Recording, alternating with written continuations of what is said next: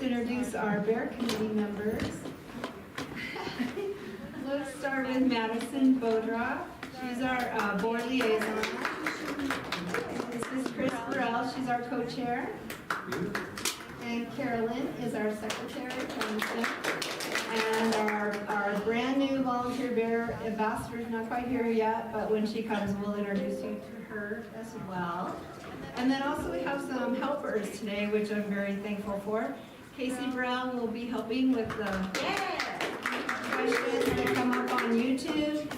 And Ian Sari is here, and he's got some electrification demonstration, as well as, you want to introduce? Chris Hollenbeck.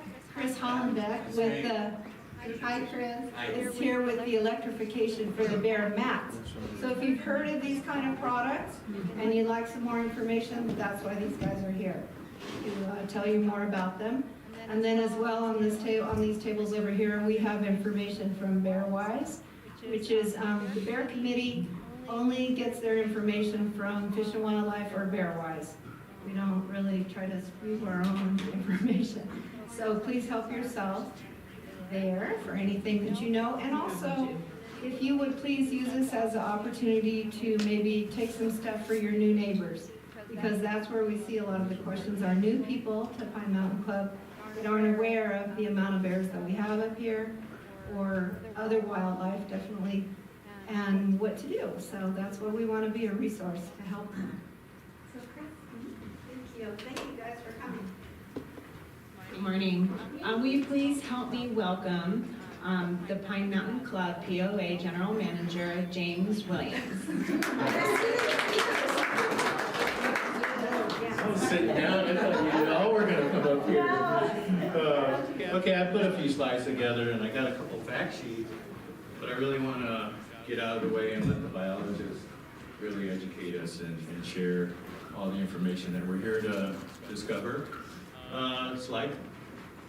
Okay, so I was looking up the history on emails of the ad hoc committee to the Bear Committee. So, you know, back in 2024, it was an ad hoc committee. And then I think around September-ish, it became an official standing committee.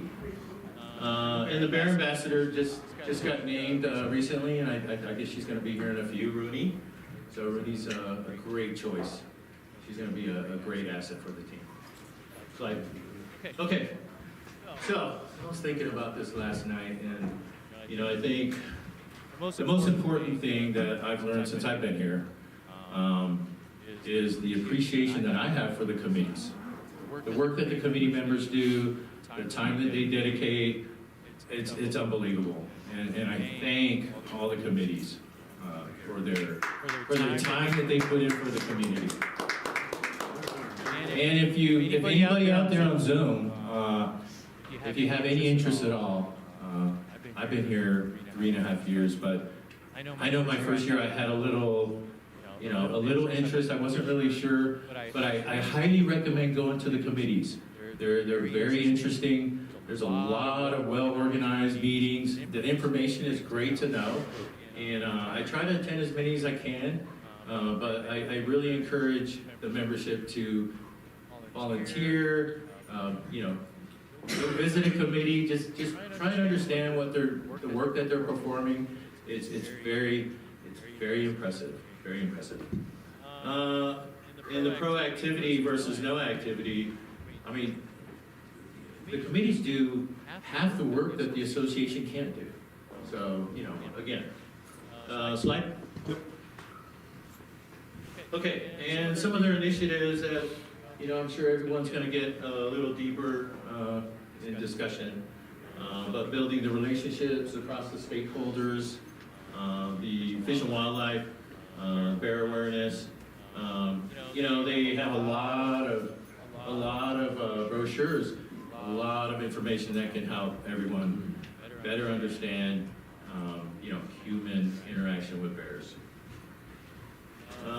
They also do a lot of research, data, and analysis. I was looking at their charter that they kindly sent to me last night. And the purpose of the Bear Committee is to research, investigate, and provide accurate bear information and mitigation recommendations to reduce bear-human conflict. also, I pulled up a couple facts because I wanted to be a little better educated before the meeting started today. Black bears typically weigh 150 to 600 pounds. I saw a 600-pound one right in my doorway 2 weeks after I moved here. And I can't, you know, probably the worst example of what you should know and how you should protect yourself, but it was hot, it was, you know, it was July, you know, we had pizza in the living room, and I don't know what happened, but my wife screamed, and a bear had its head in our doorway, and my pit bull just went to action. Thank you, Kaya. But yeah, it was very enlightening. Males their roaming territories can range from 15 to 80 square miles. So they're big, but they can move. Omnivorous diet, opportunistic feeders, varied diet, plant matter, berries, acorns, roots, and anthropogenic food, garbage, and pet food. So that's our guys and gals. They're primarily active during dawn and dusk, but they can go nocturnal, I guess, when they're interacting with a lot of humans. Mating season, June to August. Females give birth to 1 to 4 cubs in midwinter while they're in their dens. Cubs weigh less than a pound at birth. So good guys. And then they stay with their mother for 18 months.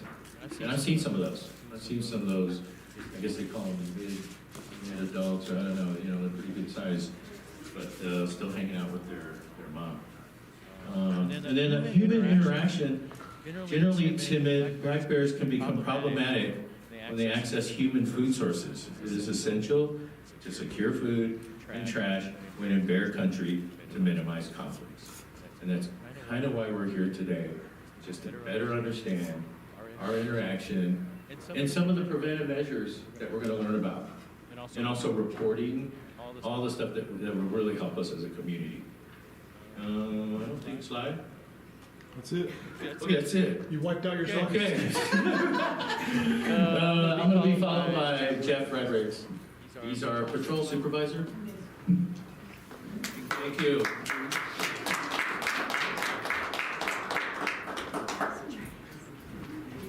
Hey, my name is Jeff Fredericks. Currently, I am the patrol lead. Hopefully, that's a little foreshadowing for my part. Go ahead, next slide. Yep. We went back and looked 5 years ago, 6 years past, including this year. You can see we just had 3 this year so far.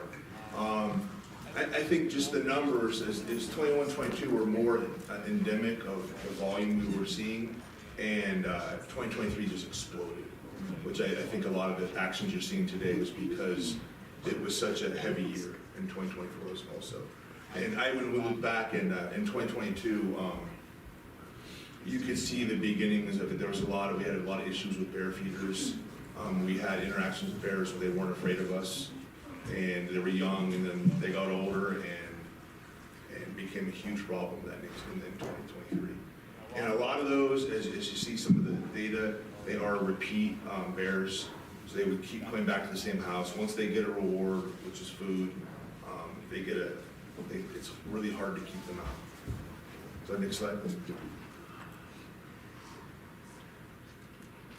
And we saw that the drop after 23, and it was pretty drastic when we were every week, bear calls, and it really dropped off quickly. And some of the reasons possibly natural food supply increased. I think people's awareness definitely increased. The amount of security screens, electric devices exploded. The security screens are probably one of the biggest things that I've seen because they can't push them in. And the front doors, your windows. I just saw a video for this year, one of our 3 that you saw for this year, in the Bernina area. And they just sit on the camera. It was just pushing the door in, pushing. And luckily this guy was able to hit a horn remotely, and the bear ran off. Otherwise it probably would have got in. Also, our part, it is a fine if we do catch bear feeders. in the act, or seafood outside. We have some STRs sometimes that leave garbage outside as an attractant, and we try to, as a way of reminding them that that's not allowed with the fine and citation system. Go ahead, next slide. Just some data as far as those numbers on those calls. Those can be anywhere from a sighting to an attempted break-in to an actual break-in. So not every like the one I just saw, like I mentioned in the Bernina area, that would go down as an attempted break-in because the bear didn't get in, didn't get a reward, and it seems to be in that area that we've had the 3 so far to be the same bear. It's got 2 tags, about a medium to large size black colored bear. And interesting note, just the cub mortality rate when we looked it up, it was kind of interesting. Go ahead, next slide. I don't think you have any more. You also. I just want to also say too that especially our night guys, that's when we like. I think they're nocturnal just to avoid people, and they're the guys that are they're within 5-10 minutes to actually stop the bear break-in if the person's home or if they're spotted on camera. They're the ones that arrive.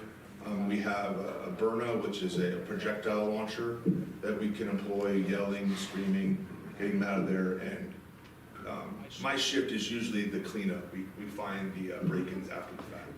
But the night guys are the ones that are really potentially have the best chance of stopping a break-in from occurring. If their camera is a live feed where they can let us know, or they're home. But there's usually they're not home because the bear doesn't want the interaction. Any questions? Weren't there some bears removed? That's not, that would be the people in those uniforms. To my knowledge, what I think we were told no, because that's not the policy of Fish and Wildlife anymore, because it just makes it someone else's problem. Because they take our bad bear and give it to someone else, so it's not. So if there's no more questions, Here, you take this bear. who's up next?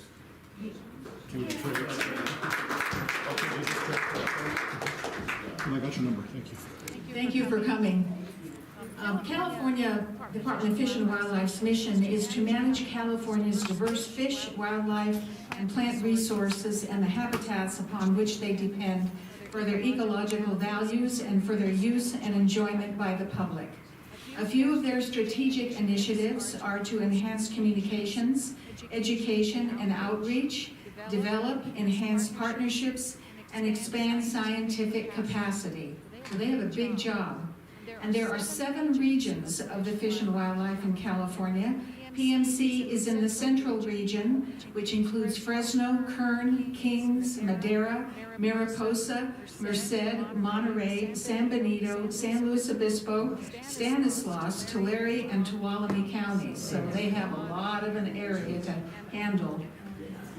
This morning, we're fortunate to welcome Abby Gwynn, wildlife biologist for Central Region Inland Wildlife Management Program, covering Kern County since the fall of 2018, and Chris Detar, gray wolf specialist for Central Region Inland Wildlife Management Program, formerly human-wildlife conflict specialist, covering Kern, Kings, and Tulare counties from 22 to 2024. So let's give them a warm welcome and appreciation for coming here on a Saturday to share their knowledge and expertise about black bears.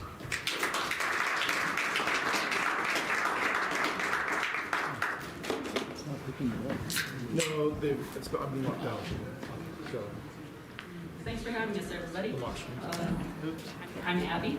I'm gonna have to log back into this laptop right now. So it's just a second, we'll get our presentation set up and we'll have a live demonstration of filing the wildlife incident report as well.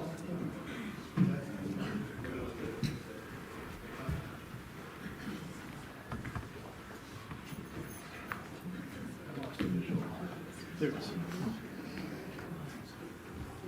Yes.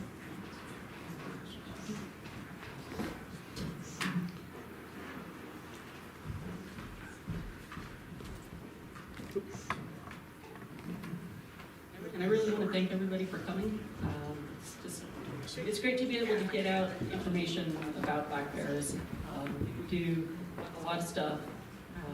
As Carolyn said, we cover a huge area, so it's very helpful to be able to reach as many people as possible in a shorter amount of time, because we have a lot of communities to cover. And Pine Mountain Club isn't the only one with bear issues. It's certainly the most bear issues in Kern County, but you have rivals. You have rivals in Tehachapi, and Kernville, Lake Isabella area also has quite a few bear incidents. So, yeah. Actually, I just kind of want to go back to that other picture. So this is the inside of a culvert trap. That's what we use to trap the bears. This is not Pine Mountain Club. This was actually research trapping that we did on Nature Conservancy Randall Preserve. And I'll talk a little bit about the research project later. But we had this sort of unique, at least to me, situation where we captured a sow with her yearling cub together. So they're both in the trap together, and they both got, their little workup, and the sow's carrying a collar now, and the cub got a pit tag and some ear tags, so we can follow up on that cub, who's now should be about a 3-year-old. So I thought I'd start off with just covering a little bit about some of the structure of, not even necessarily the department, but like how these rules come about and the different roles that the agencies have. So when it comes to the rules that we have to follow regarding wildlife, that's actually set by the California State Legislature and the Fish and Game Commission. So a good example of this is mountain lions. So the ban on mountain lion hunting in California was a proposition that went through the legislature. More recently, you may have heard of the designation for certain populations as endangered. That was a petition from some groups that went to the Fish and Game Commission, and as part of their consideration, they tasked the department, us, to do a multi-year assessment on whether that designation was warranted. The department then reported back to the commission with a recommendation, and then the commission voted to decide on whether or not to increase protections for certain populations of mountain lions in California. Meanwhile, part of the department, but operating, I don't want to say separately, but it's a different task, is the wardens, our law enforcement division. So to make it clear, I'm not a warden. So sometimes people asking, well, can't you cite them or let me report this illegal thing to you? I'm just a biologist. I can't really do anything with that other than maybe pass it along to the wardens. So we do work together on responses, but for the most part, we're somewhat separate but parallel.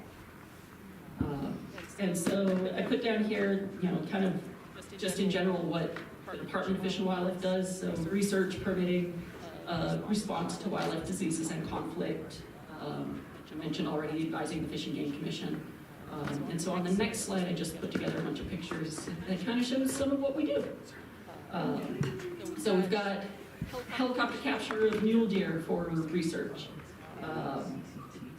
And then right below that, ground darting for the same project. We do banding of mourning doves every year. This is actually a federal project because they're one of the most widely hunted species throughout North America. And so their population needs to be closely monitored. And so we band them every summer, and people can report bands off of those birds either when they're hunted or otherwise found. We had a wildlife welfare response for a mountain lion cub up in Wofford Heights several years ago. So it's the cub on the tailgate right there. She survived and is in a sanctuary now. Deal with entanglements. So one of the things with dealing with bears in Tehachapi and Pine Mountain Club is almost entirely bear issues. Tehachapi has bears, bobcats, elk, deer, birds, all sorts of other species. So it's interesting that, yeah, and mountain lions. For the most part, all the reports coming out of the Pine Mountain Club are strictly bear, just a handful of exceptions.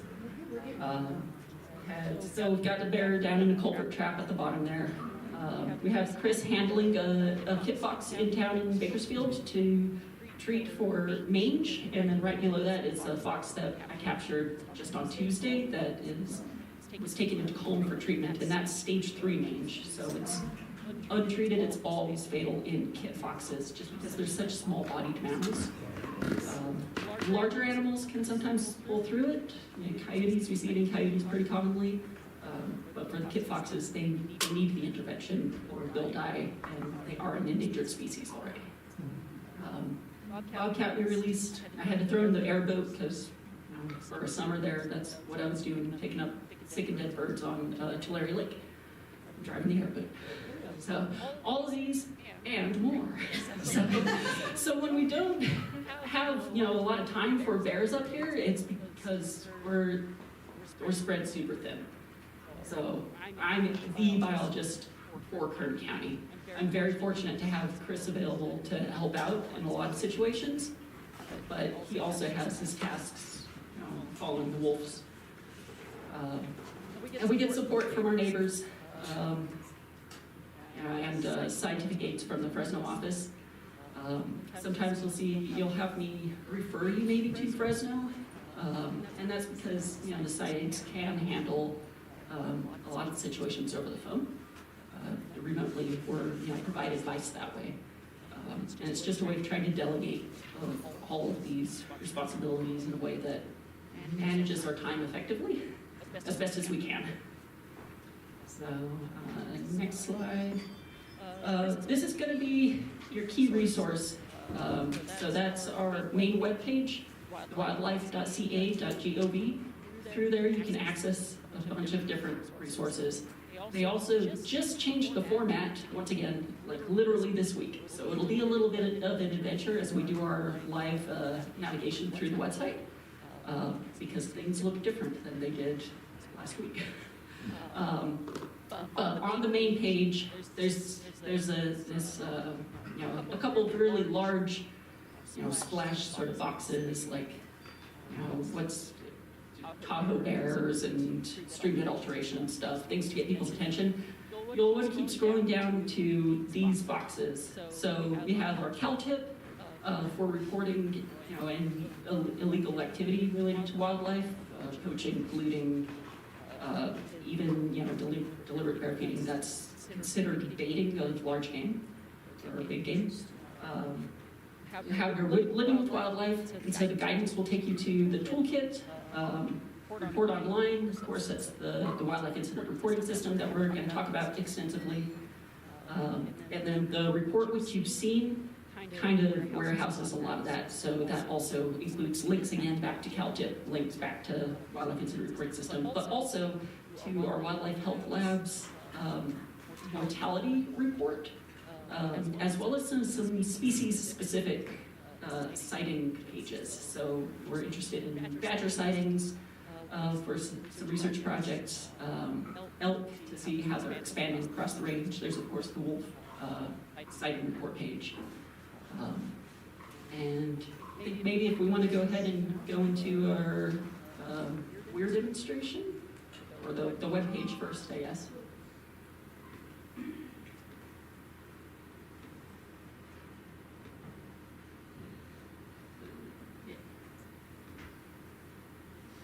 Yeah, so actually maybe do the other tab, and we'll navigate to it. So scroll back up to the top real quick just so you can see. This is like the main page, and the image will rotate through different things. It just depends on whatever they want to feature that week or month, the administrators. And because of flooding, they've got that big box about the stream bed alteration. And then we come on down to basically what I just provided some screenshots of. This is where they kind of rearranged things, so the CalTip and the sightings are just below this. But that's where you would click on the link to go to Weir. So this is what it looks like when you access it live. And what we have is access to a test environment so that we can go in and just make a whole bunch of fake reports just to demonstrate how it works. And yeah, this is the test.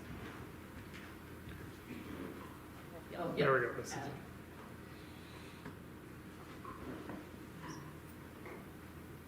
And the test environment might be a little bit slow. So you start with filling out just some basic information.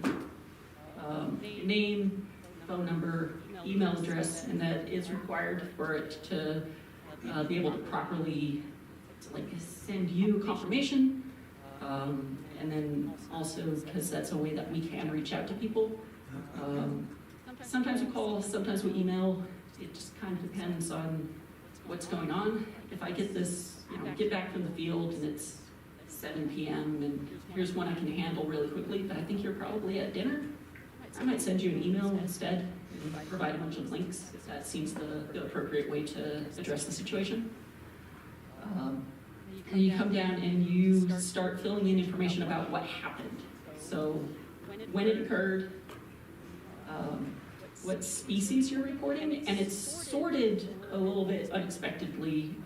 It's alphabetical, but there's a subset of species here at the top. These are animals that require a depredation permit to take, and so that just influences how the system behaves. It doesn't necessarily mean that you're seeking a lethal depredation permit or anything. That's just, it's how they programmed it. And makes it a little bit easier to find also for the species that are most commonly reported about. So, like you see, we have black bear basically at the top. Beaver's only above it because of the alphabet. And so then we have a few selections here. So if I saw a wild animal, I feel threatened by its presence for myself or for others, that's what's considered a public safety or potential public safety. And so it gives you, the warning, like if this bear is like in your kitchen right now and you're afraid, you can do this later. Get more immediate help first. And then on the other part of this is like, I saw an animal and I just want you to know about it. So that's the sighting one. I want to report for statistical purposes only. So the public safety reporting in the system, it behaves a little differently in that it sends it directly to our wardens, to our law enforcement, because they're able to do a more immediate response. Most often what happens when this is selected is they'll read through it, they'll see this is not an immediate public safety thing, and then they'll reassign it to me or Chris or to science in Fresno. We get a fair amount of miscategorized incident reports, and that's something that we can correct on our end. It's just helpful to have it done correctly the first time, but it's not a big deal if you assign it differently. The citing also behaves a little bit differently in that it automatically closes the report. So it also doesn't show up on my dashboard. I have to either filter by sightings or know it was there because I got an email notification, and that doesn't always come through. It's really just like, I want to add this to your database, and that's just what it does. It puts it right in the database, and there's no response required. So one time I did have somebody, I think this was in Tehachapi, report a sighting for a bear with a picture of the bear on their kitchen table. It's like, oh, I know you saw it, but I think this is miscategorized. So, but this could be like, I was driving around and I saw a bear with ear tags and there were 2 little cubs with her, and I just want you to know about that. That's an excellent use for the sighting function. So then the next subsection is, there are wild animals on or around my property that I would consider pests, and I want more information. And that usually gets categorized as like a general nuisance.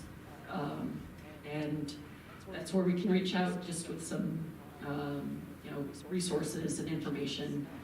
A lot of times I feel like this is sort of the raccoons. There's a raccoon or a skunk keeps coming into my yard and digging up the garden kind of situation. Squirrels.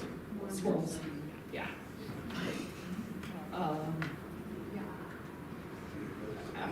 And they've added this, which is, I guess, nuisance. The last time I looked at that, so it asks if you're interested in being contacted by the department, or if it's like a step up from citing kind of thing, where it's like, there's nuisance animals on my property, I just want you to know about it, versus what do I do about it? So then there's disturbing my garbage, causing noise, or creating some other type of disturbance. This also becomes like a nuisance. And it has this selection of basically what it's doing. So and this part really is for the benefit of the database, right? If somebody, one of our statisticians in Sacramento can go through and be like, oh, well, it seems like most of the nuisance problems are because of bird feeders, bird baths. And then the one that is probably going to be most applicable for everybody here is the one that covers property damage. So it says depredation, and I'll get into sort of a definition of this a little bit later, because we do use this word for kind of a lot of things, and I think it does cause some confusion. So this is basically the bear pulled the siding off of my shed, bear broke into my car, bear broke into the house. Also, wild pigs. Wild pigs came and chewed all of the emitters off of the drip irrigation, or broke the hose to the propane tank, or I've gotten WIRs, and I realize I'm abbreviating this, Wildlife Incident Report, WIR, WIR.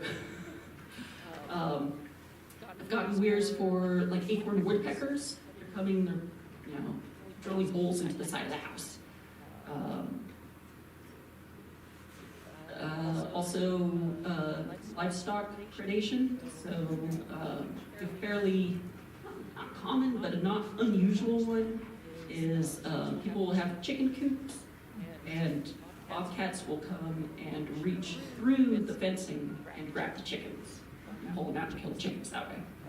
And so that's a way to report that, and then we can reach out and talk about how to solve this problem, because a lot of times in those situations people come right to lethal removal. You have to kill this bobcat because it's killing my chickens. It doesn't necessarily solve the issue, that just leaves a vacuum for another bobcat to move into. So we talk about just better exclusion, smaller mesh at the bottom 2-3 feet around that chicken coop, that kind of stuff. So this gives you, the ability to really get into some of the details of what happened and categorize it in a way that's read by the database. And then,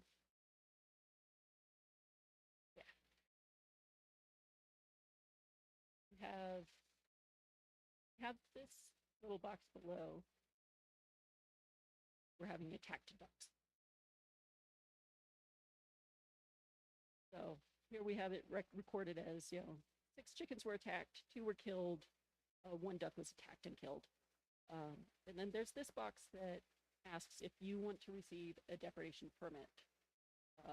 And this is specifically referring to receiving a permit. They've added language to include non-lethal. This always used to mean lethal removal in the past, but now we've got these newer policies where, especially for bear, it requires a more extensive process. So there's more steps involved, but knowing that that's kind of where your mind is at is helpful. So you can select yes or no, and then also the actions that you've taken to prevent damage prior. So maybe this is a case, we'll continue with the bobcat example. So bobcat's killing chickens, but they've already hardened the bottom of it. The issue now is there's actually 2 bobcats, and one of them is running from the bottom and flushing the chickens up to the top, and the bobcat is reaching through up there and grabbing it, right? This isn't a wild example either. I just kind of had this. It wasn't specifically chickens, it was chukar and pheasant. Very smart bobcats. And the reporting party did take several measures, including adding hot wire, hazing the bobcats. That one did come to a lethal permit to remove 1 bobcat. Thought that would disrupt the dynamic. And so far they haven't had any further issues. The next thing really is to make sure they just can't access at all.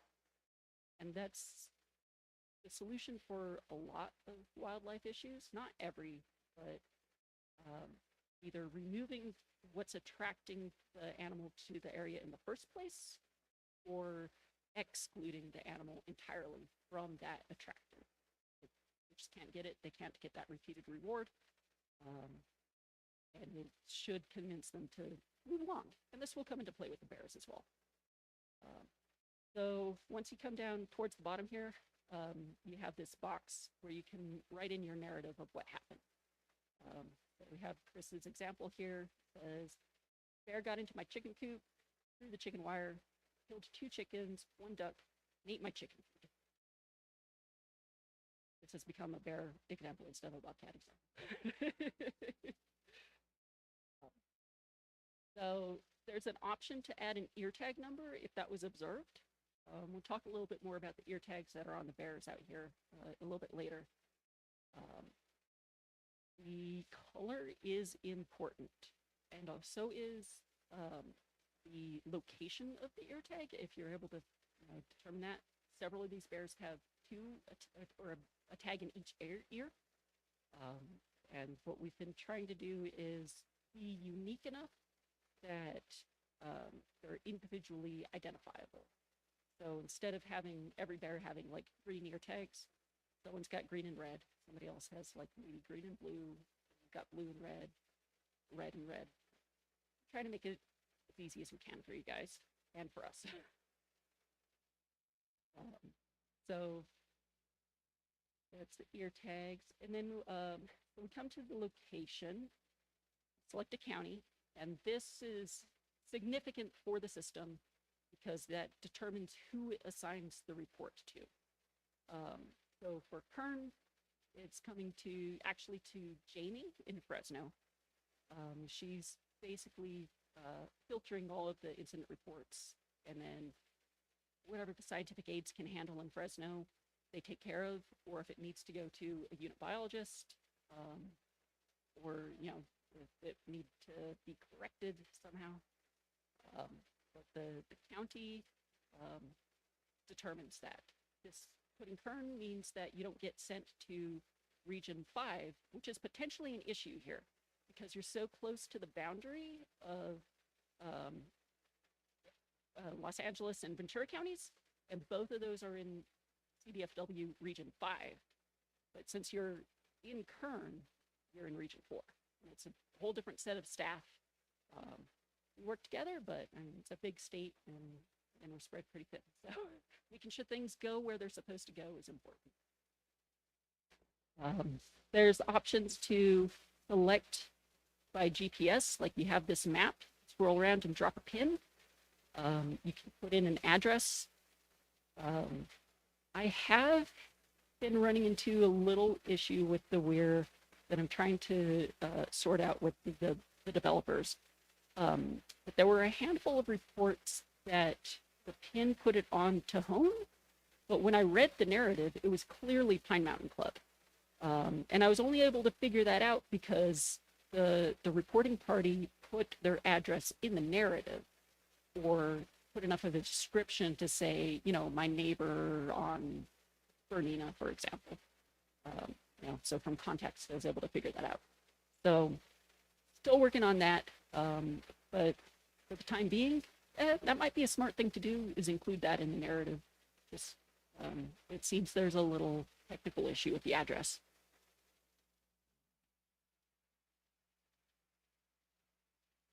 Adding it to the narrative in the example. And one of the other things I wanted to sort of propose to the community is because we do get so many reports, and we're talking about patrol potentially making some of these reports, is we just get swamped. So I got swamped back in October, November. I was very busy with a bunch of elk stuff. So there's still some reports that I haven't gotten to from here. And it would be useful to know, in the narrative at least, if this is, you know, something that you're already working with us on, if you're just reporting it for the database, because the appropriate selection in many of these cases is this, you know, depredation category.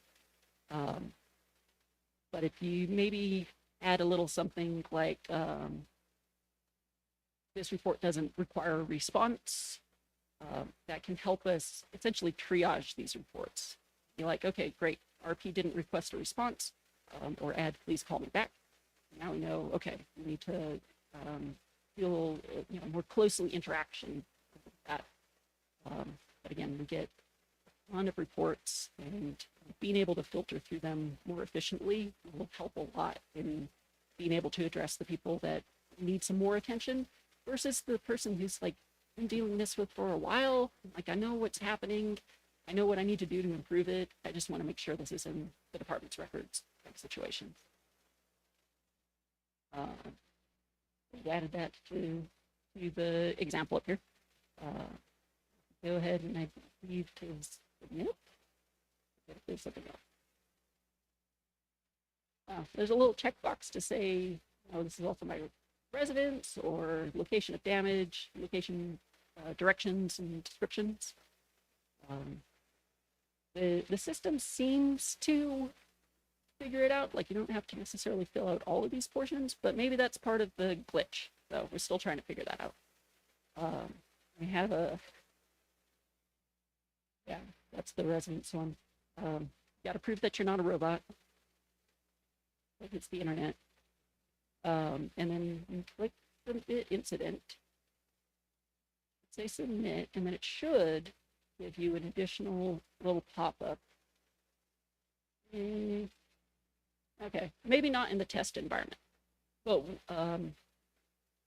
when you do this live, when you click submit the first time, it'll ask if you want to attach any supporting documents. And this will give you the option to include any photos or video. There are some limitations. There's like a file size limit. There's only a few different file types that it will accept. So, you know, most of the common video formats and image formats. And I think only up to a maximum of 4 attachments. So in a situation where you've got like a bunch of photos that you want to make sure that we have, that would be something maybe to include in the narrative. It's like I have, you know, some of my video is too big to attach. I'd like a response so I can share that, you know, that kind of thing. So while we're in the test environment, is there anything that anybody would like to see or test out with filling out the form?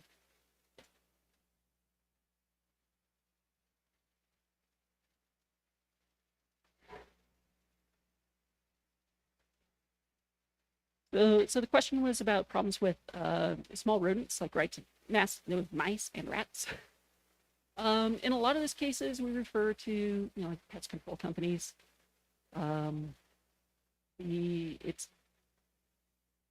They basically handle a lot of that. What we see also is, you know, we try and discourage people from using rodenticides because we'll see secondary poisoning in other wildlife. And so, yeah, it's not necessarily a Department of Fish and Wildlife report, but we have received some. So often it's ground squirrels that we'll get reports about. And if there's any rodents that, you know, you think may be perhaps a sensitive species that you don't want to go to a pest control company for, that would be, you know, certainly a time to reach out. Did that answer your question?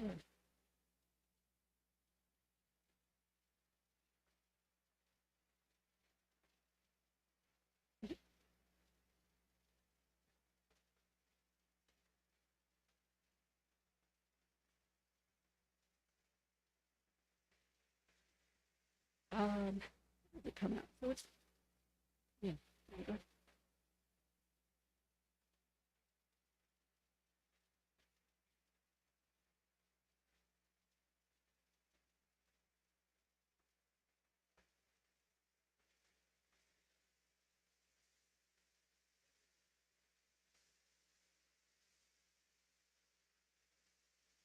Mhm.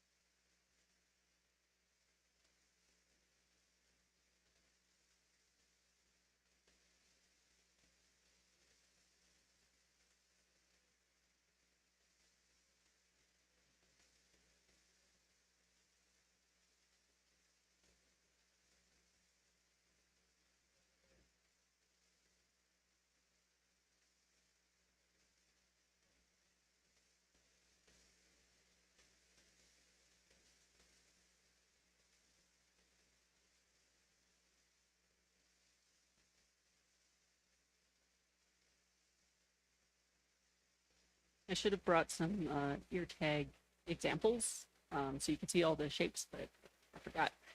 But we have a couple pictures in the presentation, and most of them are a flag type.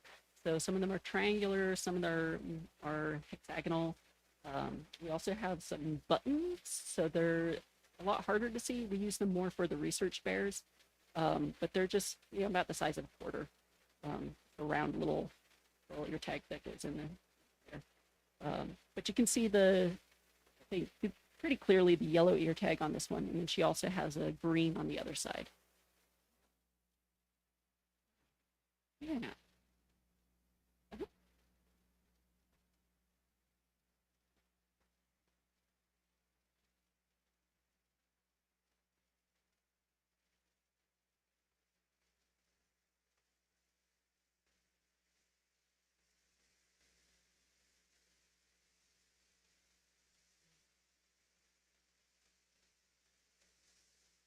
Yeah. Um, I don't think there really is. So, I mean, because we have the ability to um, like edit things on the background, so sometimes we'll get duplicate reports, but many times that's because the person submitting it maybe had an error and didn't know if it went through. They'll even say it in the narrative. I tried to submit before, and both of them will come through. I can delete one of those. Yeah. I think it's more about making maybe being more mindful about when a sighting is just a sighting. Because I have received some that were like potential human conflict. I saw a bear walking down the street. Okay. So yeah, just trying to be mindful about the categorization. But I don't think anything is necessarily too much clutter, other than maybe like submitting multiple reports for the same incident deliberately. Like accidentally makes sense. Or I forgot to include this really important part about it, and so I have to fill in a new one, kind of thing.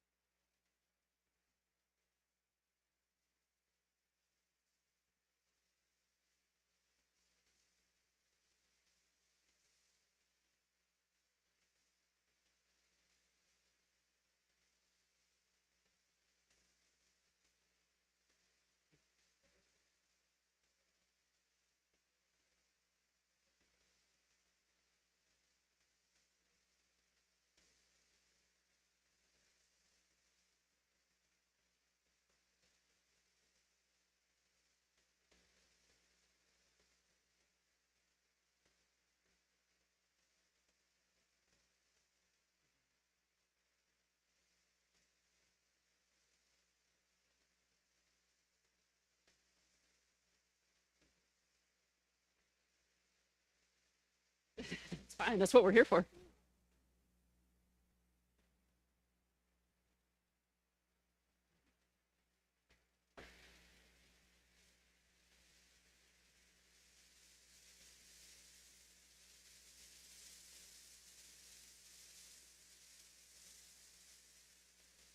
No.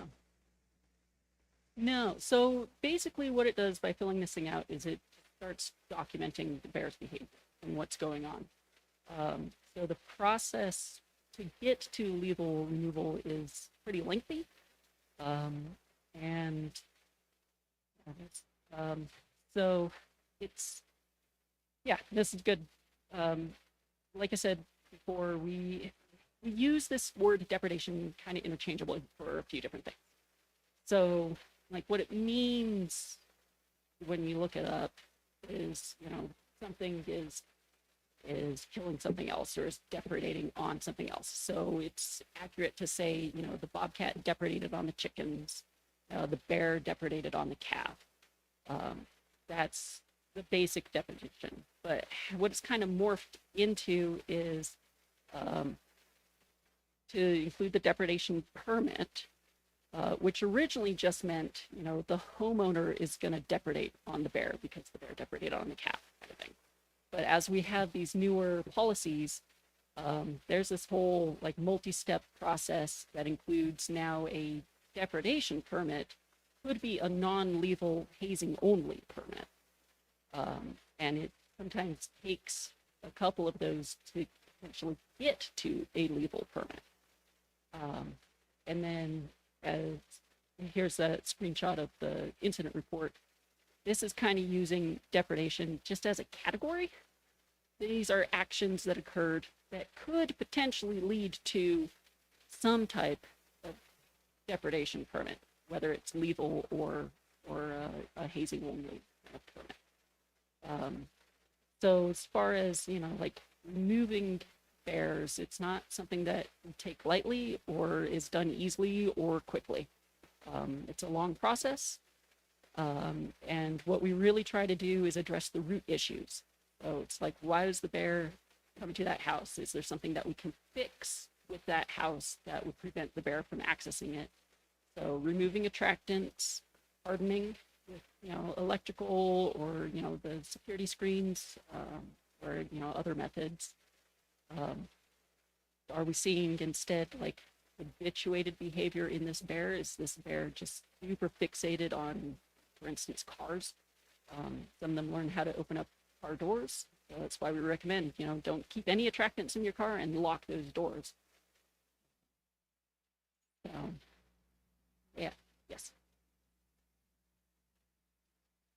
Yeah. Oh, right. So the hazing permit is a little bit silly, I would say, because technically, if you go and read, you know, Title 14 in Fish and Game Code, you do not need a permit to frighten a bear away, which is basically what we're saying when we say hazing. The permit can give you the option to do some more aggressive hazing, and in, I can't remember which county, but anyway, elsewhere in Region 4, somebody was able to get a non-lethal hazing permit where USDA Wildlife Services was able to come out and chase this bear with dogs.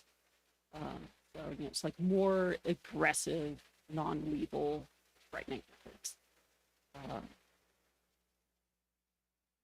But the homeowner got the permit to have USDA as an agent to run dogs on the bear.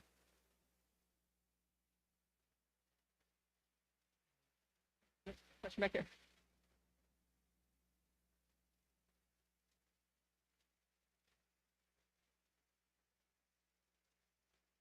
Right.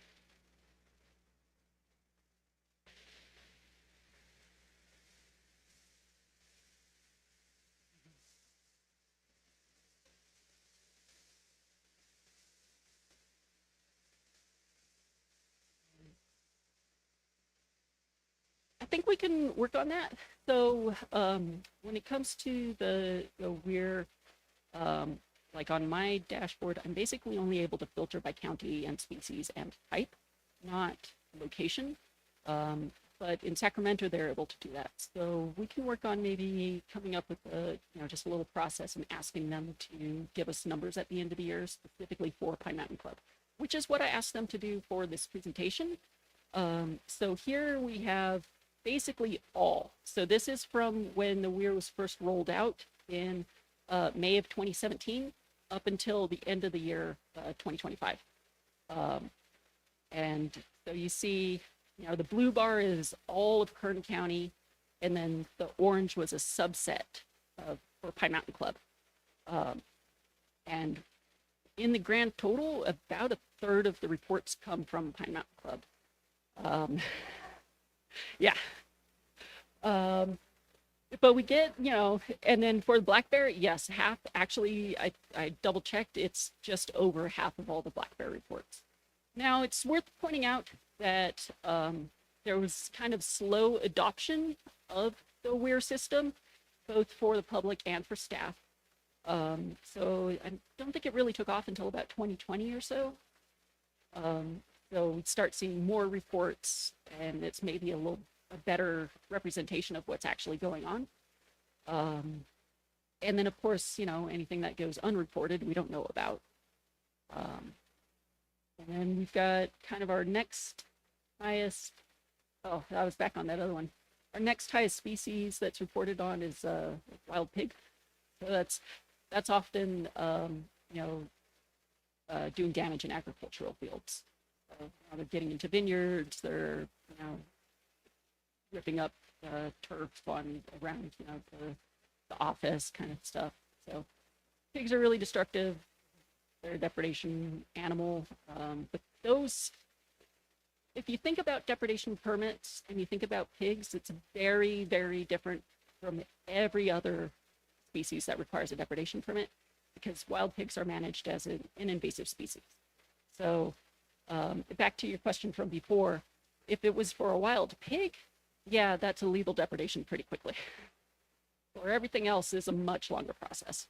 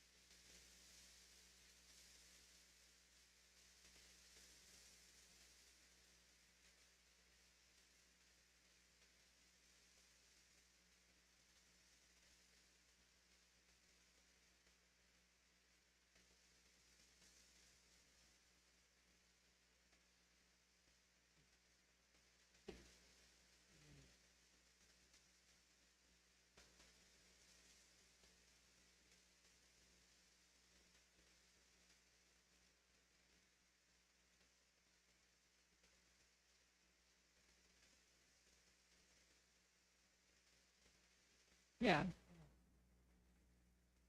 It's super common. So I think up here, because, we know there's bears and there's bears around all the time, maybe for notable sightings. Yeah, go ahead and.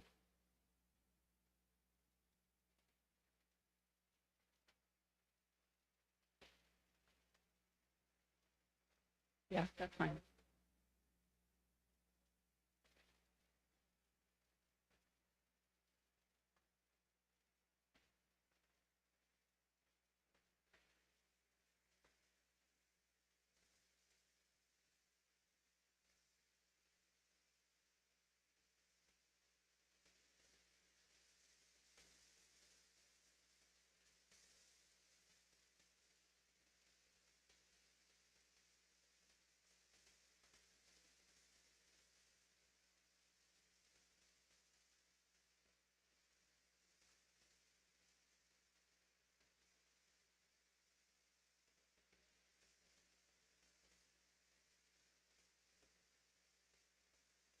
Yeah.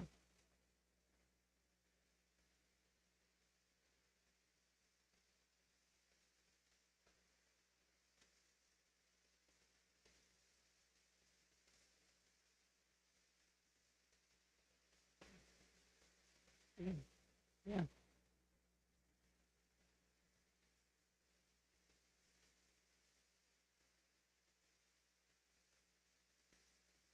Mhm. Yes.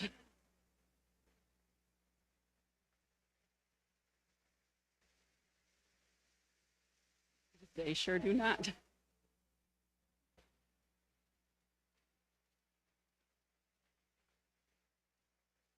Yeah. So some of it is, just a structure that's required for like a database query. But in real life, we communicate with our counterparts. So if we have, this is a good example. This was a bear that we collared here in Pine Mountain Club in May of 24, and then he left. So he's Region Five's bear now. Basically, has been almost the entire time. But he did this really cool movement where kind of left here in early July of 24, and then by the end of the month, he was almost to Santa Paula. And he just made this, journey to the south. Did a little bit of back and forth, and then by September, he was headed out towards Hungry Valley. And since then, he's just been living there. So we have this huge cluster of points that really kind of shows what his home range has become. But it demonstrates, how they travel, and they can travel quite far, which ties back into what we were talking about a little earlier about the idea of relocation, because a lot of times it just does not work. Even if we find a suitable place to move a bear to, there's nothing stopping that bear from coming back. And they will travel 200 miles or more to get back to where they want to be. But yeah, the lines we draw on the map, animals don't care about them.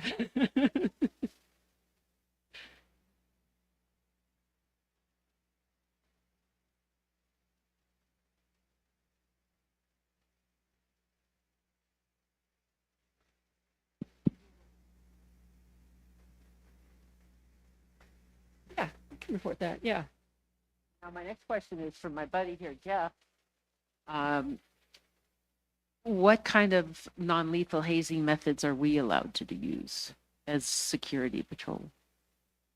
I mean, we have a rule against using anything that fires a projectile, whether it's the things we use, airsoft gun, paintball gun. That's left up to us. So besides yelling, making noise, horns, whistles, the next best thing is just to call us. Yeah, so we have it's called a burner. It's a non-lethal. It looks like a gun, but it's just a projectile launcher. It fires a hard ball, and that seems to have been pretty effective. We used to try paintball guns, and that's effective too. But sometimes just us showing up and yelling at them, they depart pretty quickly. And that's Depends how persistent they are. Yeah, and that's the behavior that we want to see from the bears, even if they're coming up onto your decks. If you yell at them and they run off, that's good. That's what we want to see. Question in the back. The question has to do with intrusion. How do you find that? Is it when they actually break into your house, or could it be just walking through an open door and you walk up on them and they run out? If I put that in the report, is that considered an intrusion if it was my own fault that I left the door open? I've had a couple issues. I've never had any damage. Most of the bears in my neighborhood, they just walk by. If they see me, they walk away. Yeah, so we don't want bears inside of structures. So yeah. I think he was after my brownies, actually. That's why I had the door open. Oh yeah. Classic pie cooling on the windowsill. Yeah. I mean, Chris may have a different definition, but to me, an intrusion would be any part of the bear is inside any human kind of enclosure. All right. Thank you.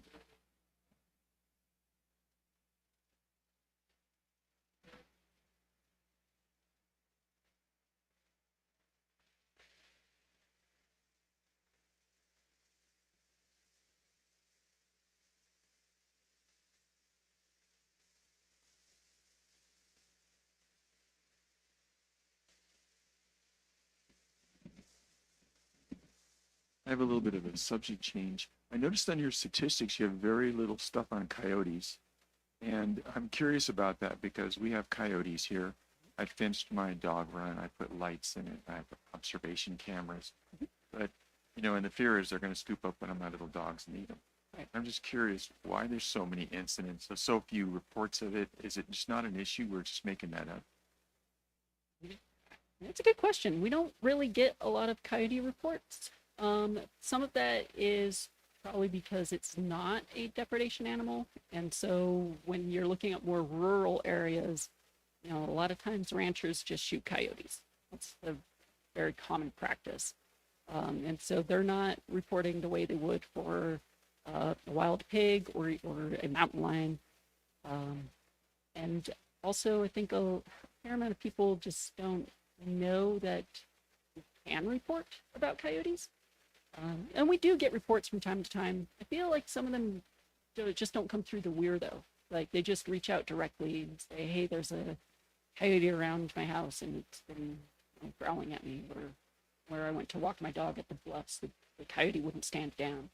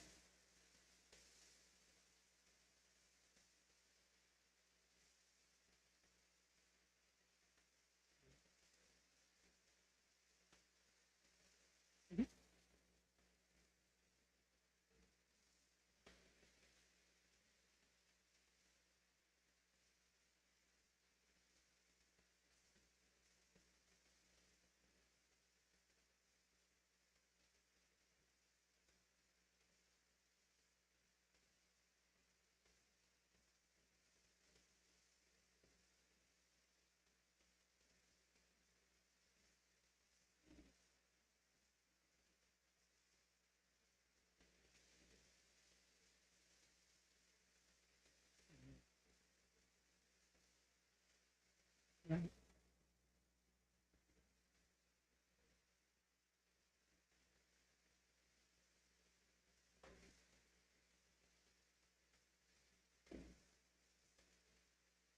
Yeah. So the WR kind of serves two basic purposes.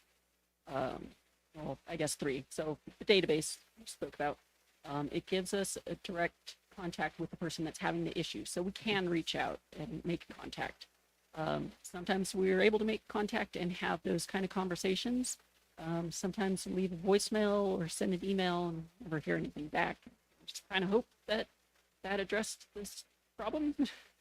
But it also serves to like document the behavior in the area. So whether that's tied to the activity in that particular neighborhood, is there something that's really attractive there, or is it because this particular bear has made it their habit to go to these areas? So yeah, certainly the advice on hardening the home and removing attractants. And we do have online our human wildlife conflicts toolkit that maybe we can navigate to demonstrate. It also, so a lot of the bear information that the department has online is very Tahoe focused. And I feel a little bit short-sighted because obviously bears aren't only a problem in Tahoe. It's kind of statewide. So at the toolkit, takes you to black bear, and got some basic biological information. The conservation and management plan is new. That's an interesting reading if you've got an evening or two. Another link I want to point out is the black bear policy in California. And so that addresses basically every situation. It's kind of, what happens if we have an orphaned cub, if we need a lethal permit, what do we do if a bear can't, rehab bear can't be released, or if public safety response is required. That's all addressed in the black bear policy. And so that's the document that we're typically working off of as well. And it has these definitions. So conflict bear, depredation bear, habituated bear. Although I wonder, our statewide black bear coordinator just sent out this paper that was recently published talking about how to use vocabulary speaking about bears in these situations. And so this might be changing. We may have some changing definitions and words on how we talk about like what a habituated bear means. But this is what's currently in policy. And you can get to it through that guidance link in the Human Wildlife Conflicts Toolkit. If we go back to that, continue to scroll down a bit, we've got our preventing conflict, some basics here. And then there should be some links, I think, down at the bottom. Yeah, so bear-wise, track birds, not bears, nation tips, electric fencing, chickens, secure crawl spaces. A lot of these are PDF documents. There's our old flyers. So these are collector's items now. They haven't been printed in years. We've been moving over to the bear-wise instead. And then there should be, I think it's under a different link, but there were some links to some YouTube videos. And again, they're very Tahoe focused, but it talks about how to secure your crawl space. And it has that'll just go right to YouTube. And so you can watch these videos on building electric fences and how to make sure your fix isn't immediately taken down by a bear because it had too much overlap or wasn't strong enough screws.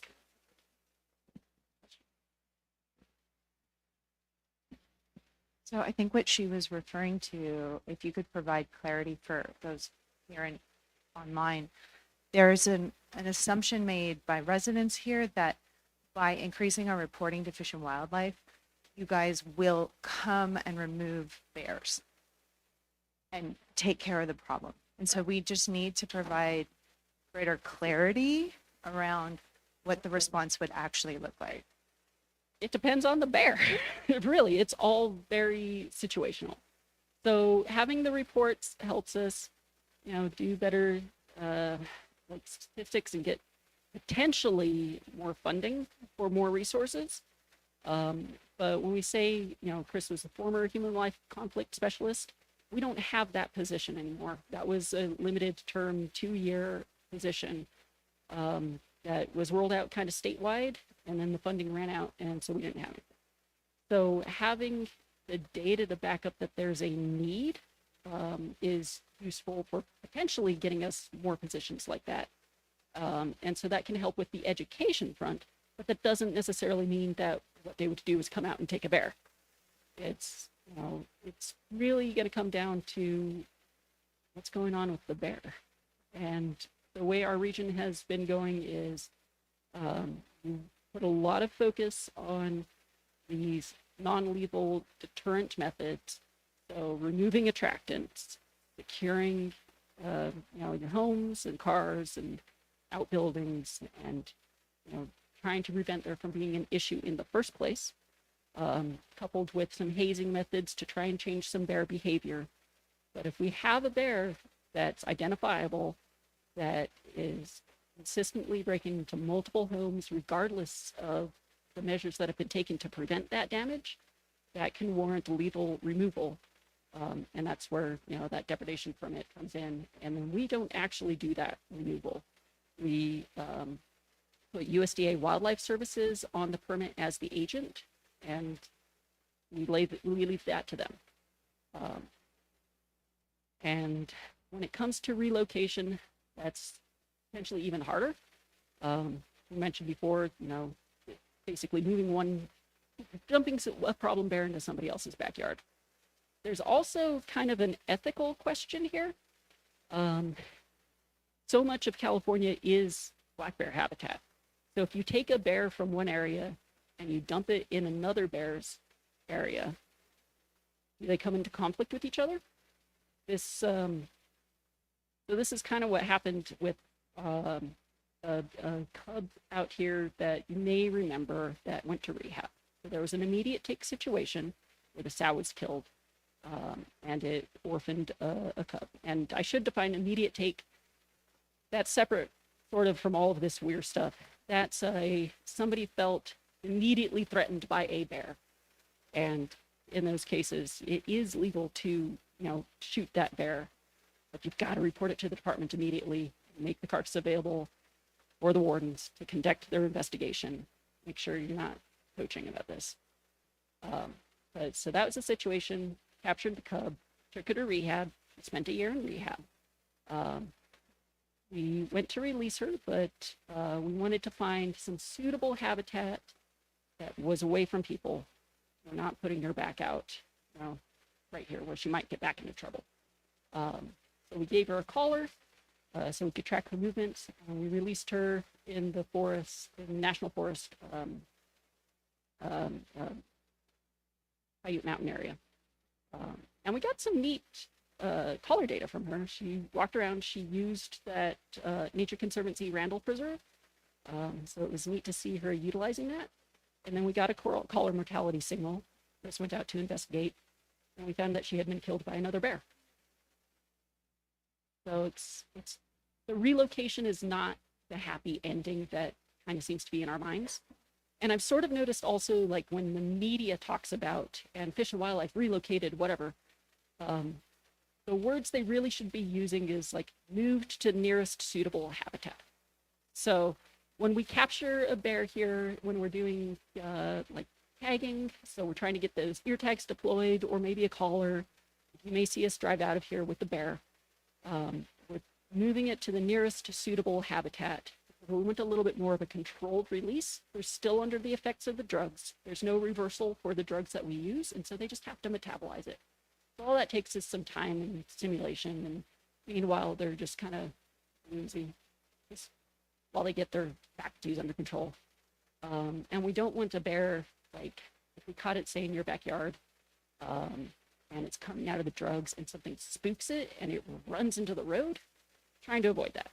Trying to avoid it running into somebody else's house. So when we drive out of here, we're really not going far at all. We're just going somewhere a little quieter, away from people where they have time to recover and, you know, just process these drugs and get themselves oriented and back to their sort of business. Did I finally answer the question? Yeah, okay. Okay, I have a few questions. Okay. In terms of a black bear, what causes them to be aggressive enough to be able to approach a human? Is my impression of black bears, they're kind of trash bears. They're kind of not really aggressive to people. So, I mean, what would be a position where you'd want to report it was actually hostile? So the classic one is a mom defending cubs, of course. But other than that, it's well, what we've been calling habituation. They're just way too used to people. That natural fear that we're trying to maintain of humans, they've lost that. They see you as like a provider of food. Like, I want what you have, and I know nothing happens to me when I approach, so I'm going to be bolder about approaching. I'm going to come in closer. I'm going to break into houses and not run away when somebody screams at me, kind of thing. And so it's not so much that, the bear maybe sees a person as prey or anything like that. It's that there's food here. I'm a big animal, and I'm just going to push around the smaller animals that I see. So and perceive that as aggression, and it can be aggression. It can be aggressive, but yeah, for the most part, they evolved out here with grizzly bears, which are aggressive. And so, the black bear is more likely to just decide to less effort to walk away. So think of the bear equation: maximum calories, minimum effort. Yeah, that sounds like most of us. That was a good answer. Yeah, this is maybe a little bit outside the scope of this discussion, but a lot of us hike in the local trails here. And the last hunting season, we actually encountered hunters, closer to our community along like Hudson Valley Road and stuff. What is the guideline for hunters when they're hunting in our local area? Yeah, so there's a safety zone rule, and hunters may not discharge a firearm within 150 yards of any occupied building, including outbuilding, barns, that kind of stuff. They also cannot shoot across roads. So on the other hand, they need to be able to access areas as well. So you may be seeing hunters that are gearing up to walk into areas so that they are away, but they've got to park their car somewhere. But our rules are supposed to be following, and if they're too close to town, that's something to report to the wardens. So, Help it. so 150 yards isn't very far. It isn't, and but they also can't trespass onto private property either. You have to ask for permission to be on an edge. You can't shoot towards buildings. It's a safety requirement. And so if they're being unsafe, that's something to report to or any law enforcement, honestly. So we're just running into them 150 yards outside of Pine Mountain Club. They have a legal right to be there, and they have to follow the rules. They're on public land, yes. One last question. In terms of helping you guys get funding, what might a community like ours do? Do we just write our congressman and say send more money to these guys? I'm just wondering, because what I hear here is you're understaffed. Yeah, that might be good. I don't know what really works. It seems like creating a permanent position in the department is harder than creating matter or physics.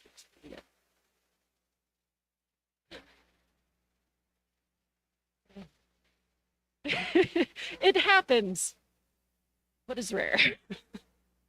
It takes a lot of, jumping through. A lot of times what I've seen in my time with the department is a position will be vacant for a while, and all the other regions are like, oh, this is an opportunity. And they'll try and get that position transferred into whatever program that they have so that they can get a permanent staff member. So there's a fair amount of trading like that. Every now and then some scheme comes up. For a bit there was like the permanent intermittent fish and wildlife tech position, which I applied to a bunch of those before I got this job. We had these two-year limited term environmental scientist positions. So they're full-time but not permanent. We've got some contractors I've seen popping up recently. I'm not sure how we get those, but yeah. So it's really tough to get full-time permanent positions. And once upon a time, Kern had 3 unit biologists, way back when units were determined by deer herd. Now they're kind of determined roughly by county. That's true for me, somewhat true for Evan, who's the unit biologist for Tulare and Kings counties. It gets a little messier as we move further north in the region. Not super sure where Mark's and Tim's units split up. They kind of share some counties. They're divided by a river. You could try writing Congress people. It might do something. But yeah, it's tough, and we could use all the help we can get. Don't know if I went through all of this slide. Oh yeah, this one. So this is just all of the Pine Mountain Club reports, again from when it was rolled out in 2017 to the end of last year, and the categories that they were filed under. So you see over 200 in that time period have been classified as depredation for bear. And again, that's not requesting a depredation permit. That was property damage. General nuisance, like 50 were, or just over 50 were classified as potential human conflict. Some of those were truly, human conflict. We've had some people swiped by bears. Some of them were more in the sense of the person's sense of personal safety felt threatened.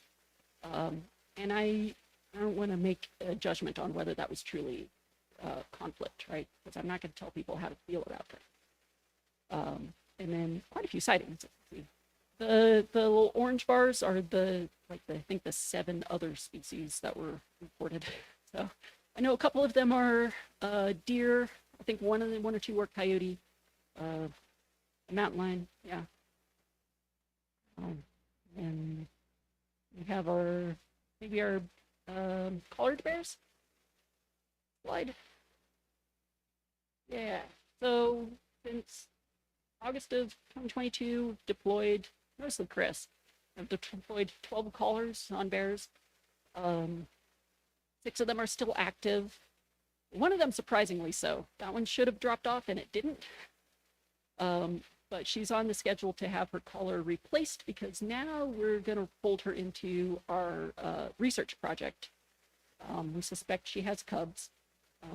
She may come into town with them because she's known to visit town. Several of these bears kind of got collared and sort of left. They're still around, but so yeah, our Hungry Valley guy is a great example. But the little bear that's out of the pickup here, we captured her twice within a couple weeks of each other, and then she's just been kind of avoiding town, which is great behavior. That's what we want to see. The one with the orange and blue tag is all over town all the time. A couple of the others have been making periodic visits. There were 2 actually that I was going to call patrol about when I noticed this pattern, and then they stopped. But for a couple of weeks there, they were outside of town, transfer station, out of town, transfer station, out of town, transfer station, out of town, transfer station. So, and it seems like whatever, the attractant there was maybe solved because then they just kind of wandered off to they're out of town right now. The 5 of them either slipped their collars or they dropped off, and I brought some collars as a demonstration.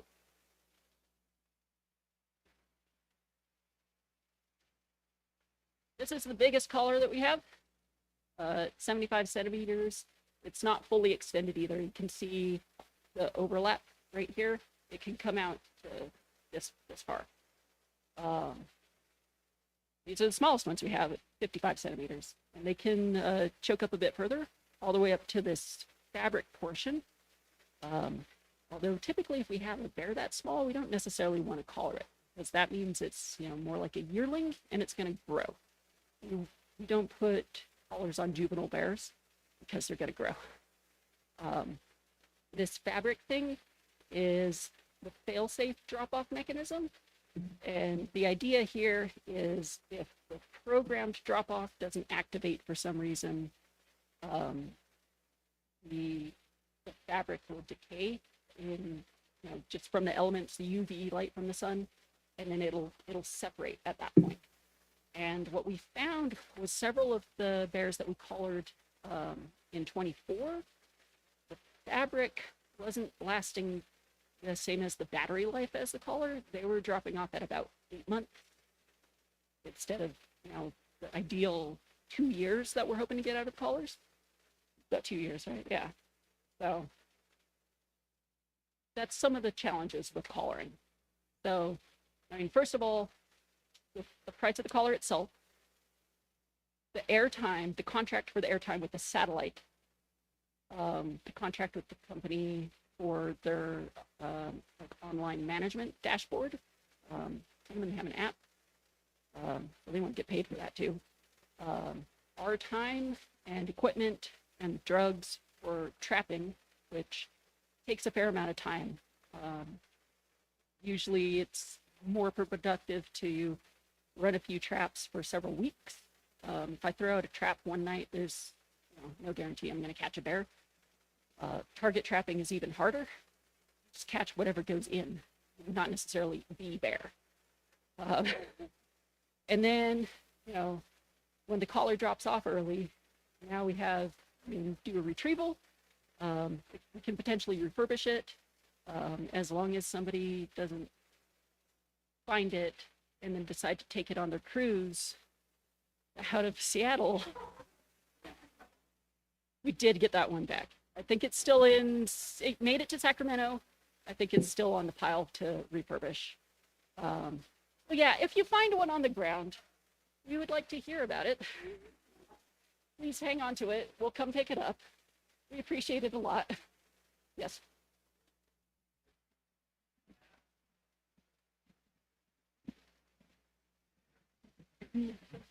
Oh, no. So, and I haven't had a lot of good luck with the app for these collars. It seems like it doesn't populate properly. So I've just been using their browser access. And the thing is so first of all, I have to be assigned to a collar. So I'm not even administrator on this, right? That's our big game, our bear program has made the purchases. They've got all the admin access. There's well over 200 collars deployed across the state. So it's sort of just an administrative burden. So they only assign to me collars that, I'm likely to run into. I had to get Chris added to a couple of collars recently, and, or alternatively, the ones that he deployed have also copied me to be assigned.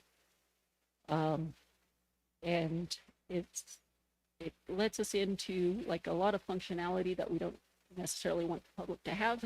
So dropping the collar early, changing the programming. There isn't a public-facing interface for any of these. What we can do, if you're interested, if you have a particular maybe collar bear related question, what's the habits or the home range of that, you can probably put together a map and share that.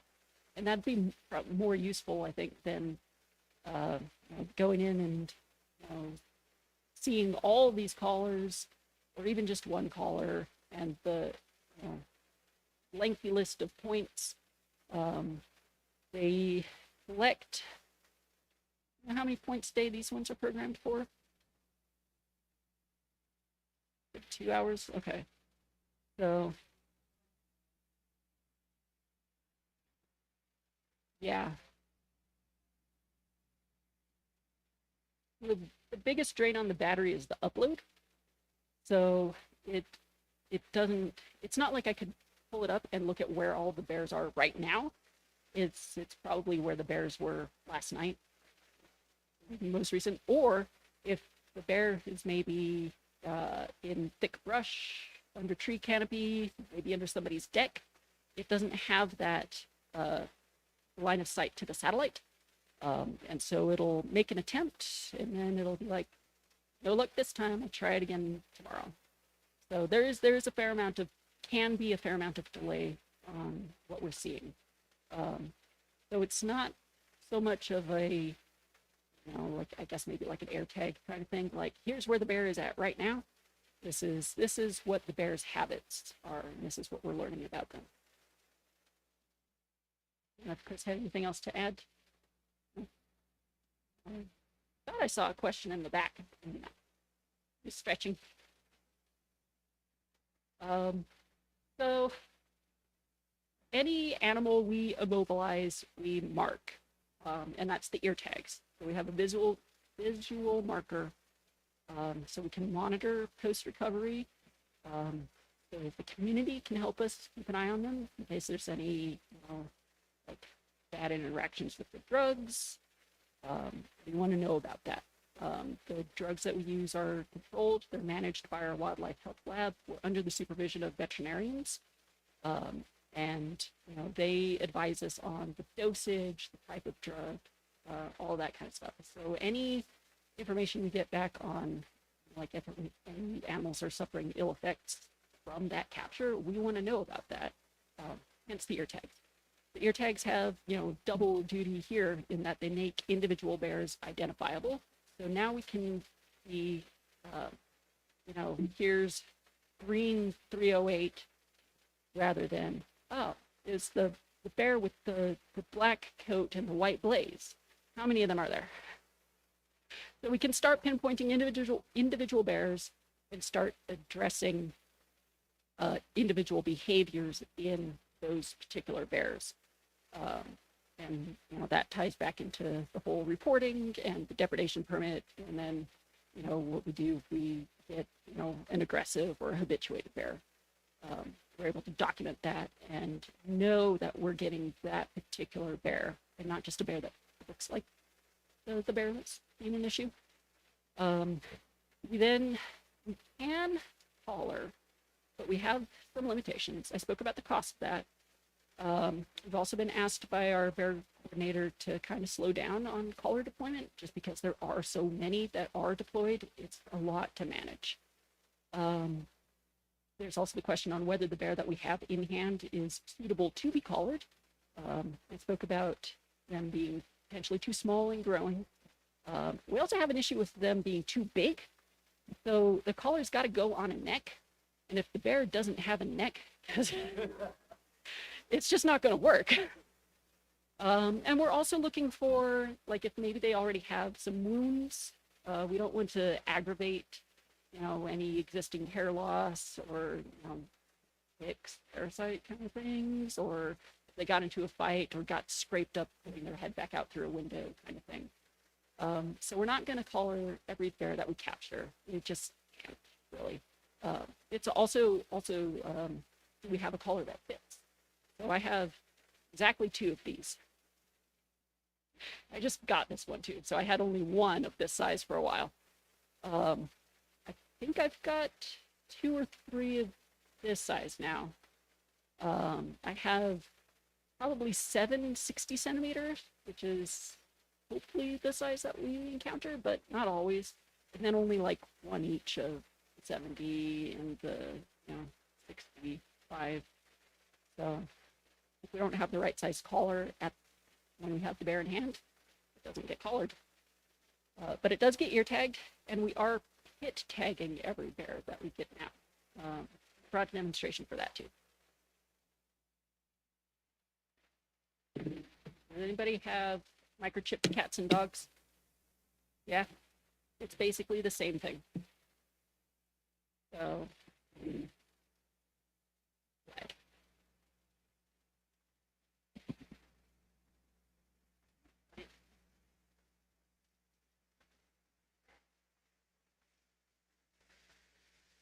they say about the size of a grain of rice, right? So it's just this little device that gets inserted under the skin, and then we have a reader to scan it, and it just throws a unique number, and that's how we can essentially put a permanent identification on a bear, because the ear tags aren't necessarily permanent. They stay pretty well, but bears have a tendency to scuffle with each other, get hung up on things. Sometimes ear tags rip out. So we started rolling out just this past year, pit tagging every bear that we capture. That way we can start scanning them. This also goes to the research project that I keep alluding to. Basically, we're trying to build a better population model statewide for black bears.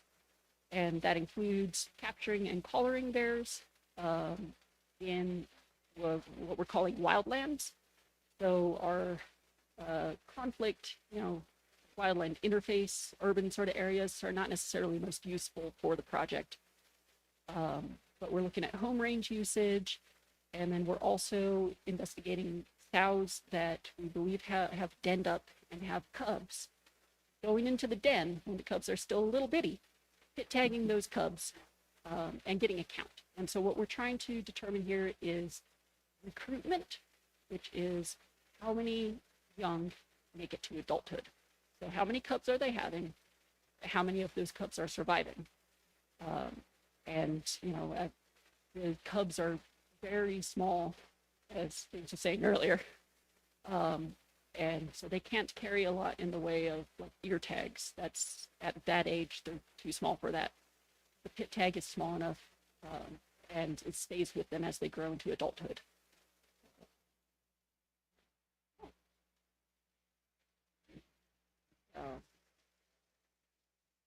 Oh yeah, that's a good map. I have some questions.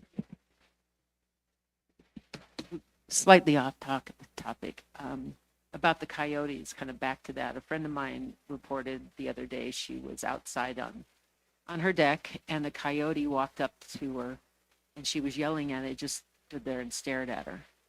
And I told her she really needs to report that. What would you do with a coyote that is not fearful of humans? Did you try throwing anything at it? It's also, so this was recent. It is pupping season. So we'll be seeing some more defensive behaviors from coyotes. It walked up? Okay. Yeah. Yeah. Okay. Yeah. Yeah. So we're looking at coyotes are trying to feed pups, and they're trying to feed lactating moms. So they're gonna be more bold in their approaches and trying to get food, and in not standing down. So I've gotten a few reports. This is more Bakersfield, but the thing is, I was out walking my dog, and the coyote just, stood its ground. There's a den nearby, usually in those cases. So then it perceives the dog and the person as a threat, and it's more willing to potentially fight that threat off. But we don't see the den. We don't know that. Yeah. February, March? So for puppings, for coyotes, I think it got a little broader. March and yeah, it's about in March. Yeah. So I'm more keyed in on the kit foxes. So every kit fox has a happy birthday on Valentine's Day. Cool. One of the greatest frustrations we have here in Pine Mountain Club are the bear feeders. Mm-hmm. And Patrol probably knows who all of them are, and all of us know who some of them are. But it feels somewhat fruitless and frustrating that we can't do. They're a big part of our problem here in PMC. They are the attractant, and it feels like, why can't we do something about that? Yeah. So that one is honestly more of a law enforcement question. So I know the wardens have been working on that. So I don't know if anything in the judicial process is fast. But I was thinking about this the other day, and it came to my realization that if those bear feeders just suddenly magically disappeared one day, their houses too, a wizard in Antarctica turned them into butterflies or something, you're still going to have bear problems around. Every time a bear gets a reward in somebody's house, that reinforces the behavior that they get food from people. Certainly, the deliberate feeders are a problem. They do need to be addressed. They need to stop. But it's going to be a community-wide issue, and sort of being more proactive community-wide can also potentially help build the case against those bear feeders. Because now, instead of having the bear that broke into this house and this house and this house and this house and this house, all the information is here at the feeder, or all the activity. So it's in process. I know it's frustrating. It's been an issue since before I got into this position. So it's a long-term problem. I don't think any of the solution to address them directly is going to be quick, but they're working on it. The wardens are working on it. Paul is working on it. Hopefully we get a resolution sooner than later, but I'm not holding my breath on those. So we're really working on, trying to address the people that just don't know, the new residents, the people who do know but maybe got a little careless, or something slipped their attention. I thought one of the things that the bear ambassador may be able to provide is actually just a new set of eyes. A little walk around. There's potential issues. That's how you can address them, and that may stave off conflict in the future. Not a great answer. I know it's desirable to want, like, bam, they got arrested and evicted and the problem's gone. And the problem won't be gone because the bears have the habits now, and the problem is spread throughout the community. If someone observes someone feeding the bear, what's the process? Do we go to our security first? Do we notify you? What do we do? L-tip,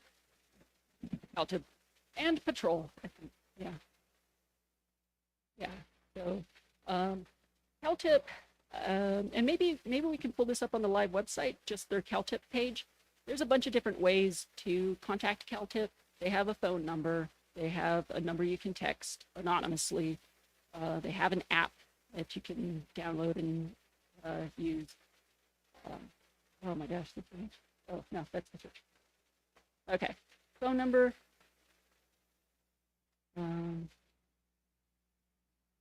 There we go.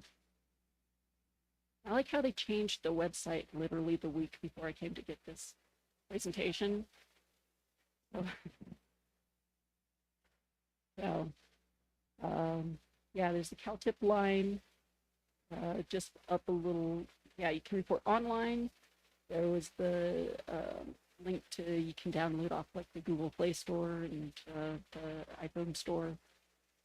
There it is. You tip 411. You text this number. And the thing about CalTip too is, it's anonymous. I don't, I'm not a warden, so I don't see the other side. But in talking with the wardens, it sounds like they get that tip, and then they have the ability to reach back out on that same line for any follow-up information, and being able to. It helps if the reporting party does respond to that. So we had kind of a recent instance where somebody got a picture of an illegal trap of a kit fox in town, and they reported it through CalTip, but they just reported the photo. And when the wardens tried to reach back out, they didn't get any further information. So we didn't have location or when, and it's fortunate that somebody else also contacted our regional office, and we were able to get that sorted out. So, but yeah, for, deliberate feeding, if you catch that, CalTips and patrol are going to be the way to go.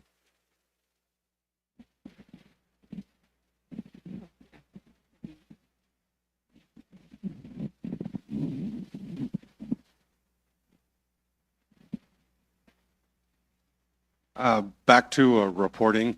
On police reports, there's check boxes: witness, reporting person, victim, things like that.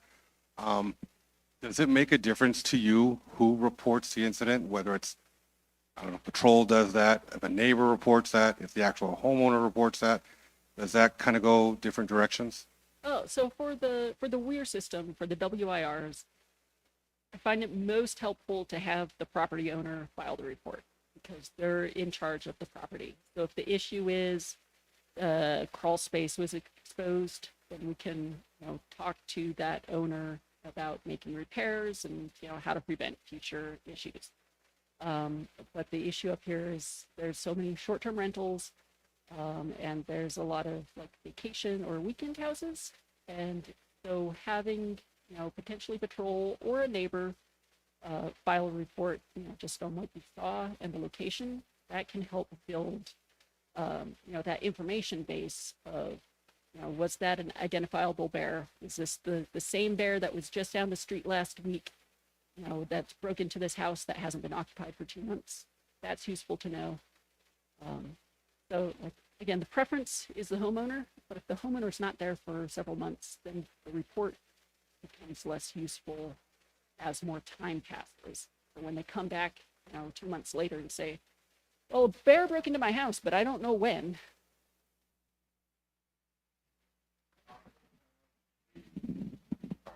Tahoe have a process other than homeowners in place, I don't know too much about Tahoe. I do know they have their interagency bear task force thing.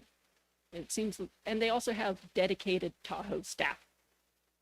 So they run things quite a bit differently, just from an administrative kind of way.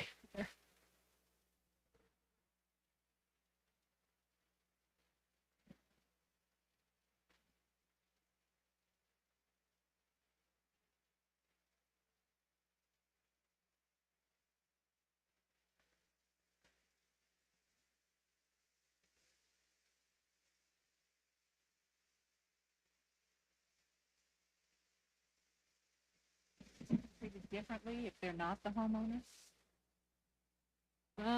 Well, in the sense that I can't make direct contact with the property owner, right? So I can thank somebody for the report, maybe see if they have the contact information. But there's not a lot I can really do with that. But again, it builds up that information base. It's much more useful to be able to, talk to, that eyewitness, the homeowner, and discuss, what's maybe the best fit for solving the issue. I was under the impression that we were working towards having patrol fill out reports. That sounds like that's not a good solution. If you need, if you would prefer to have the eyewitness or property owner doing it. So it's useful, as Chris was saying, in that secondhand kind of way. So it runs the risk of potentially doing some double reporting. So if the homeowner reports it and patrol also reports it, that seems a little unnecessary. But if the homeowner isn't there to report it, it's valuable to have the patrol report.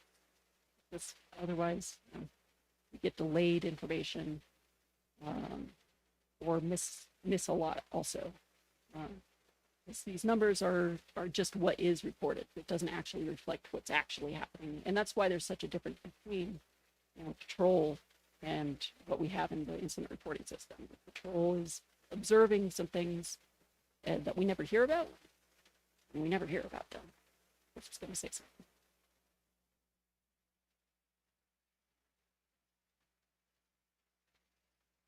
Mm-hmm.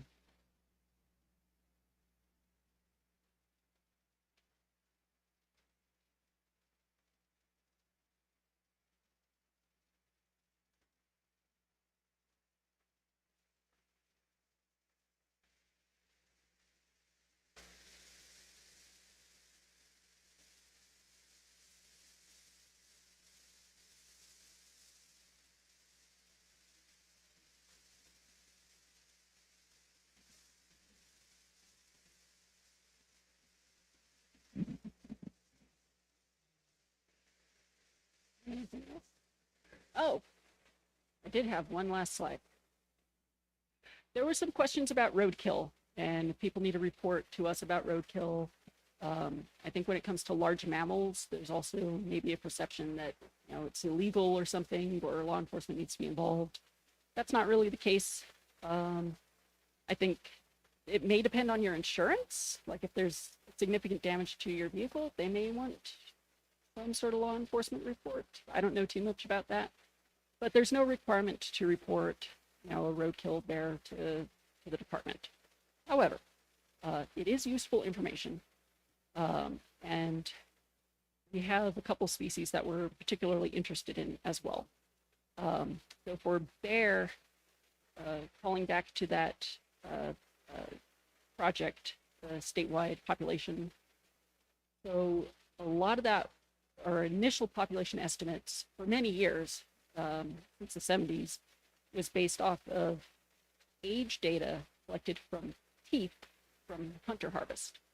But that really selects for the bears that hunters target. And so our black bear coordinator has asked for us to try to get more opportunistic teeth, which basically means roadkill.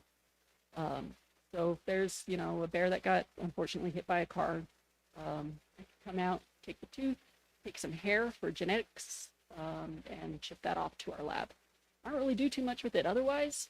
And in a lot of cases, like if it's on a state highway, Caltrans, removes from the roadway. Sometimes in the county, like Public Works will do it. Some communities have, like their community services district will remove roadkill. We've run into this quite a lot in Tehachapi because we're also getting a lot of deer and elk that are hit by cars. And then I get a call from people being like, "You need to come pick up this deer." That's not this is not a service that the Fish and Wildlife provides. But we are also interested in fresh roadkill deer. We're collecting lymph nodes to screen for chronic wasting disease, and that's the statewide project. But also in Kern County, we have the UC Davis Mountain Lion Project, and they are collecting roadkill deer to use as bait for their lion trapping efforts. So, that can also be a use for that. Can't always respond, but we try to when we can. And then I'm also interested in hearing about badgers, roadkill badgers. There's another statewide project that's looking at genetics across the state. And so I'm just taking a little biopsy punch and leaving the rest of it there. Mountain lions probably should be reported to Ms. Davis, but yeah, send it to us. I'm not collecting anything from mountain lions, but Davis would be. So I talk with them fairly regularly. So yeah, I didn't put that mountain lions on there, but that'd be a good one to report. So I put down in this bottom corner our Region 4 regional office. That's the one in Fresno. That's our main wildlife line. That'll go to the scientific aides, and they're able to reach out to whoever's available. I have a question. Several years ago, I had a bear run into my car, and it rolled over and then got up and ran away. Is that something that I should have reported? Good. That sounds like a sighting report. It's a very...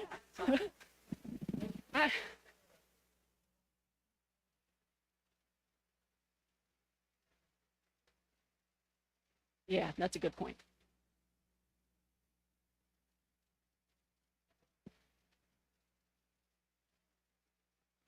Yeah. But it did happen. OR 93. Oh. The other reporting for sick and dead wildlife, our Wildlife Health Lab has an online reporting forum. That's a long link, but you can find it also through that sighting link off of the main page. It's been really useful this past year. There's the outbreak of canine distemper virus in gray foxes in Tehachapi. And so we've been referring people through that link so that we can document its spread and hopefully it's declined, but so it's similar to basically any other form. You fill out some contact information and then what you saw, location, date, that kind of stuff. Yeah. And then the other link that I had up there is it's unrelated to the Department of Fish and Wildlife, but it's the California Roadkill Observation System.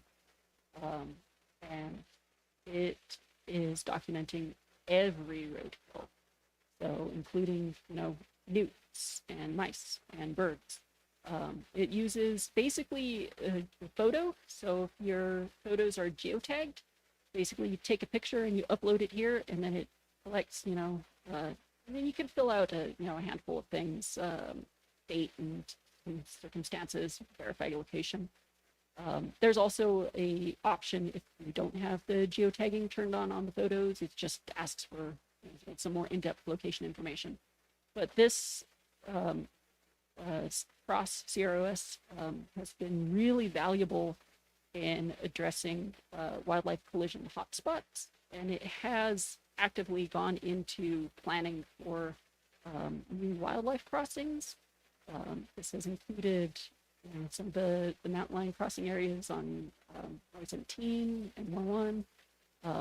We used it extensively. We're working with Caltrans on, they have some upcoming work for Highway 58. So we identified roadkill hotspots. We've set some cameras on the culverts. We're going to be getting 2 brand new wildlife undercrossings on Highway 58 to try and reduce all these mortalities. But this is all information from the public that goes into the CROS. So, yeah, if it's something other than like a bear or deer that we want to get samples off of,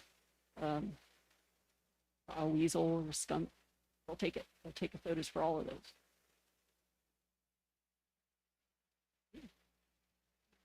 Do you have any other questions? We came to the end of what I prepared.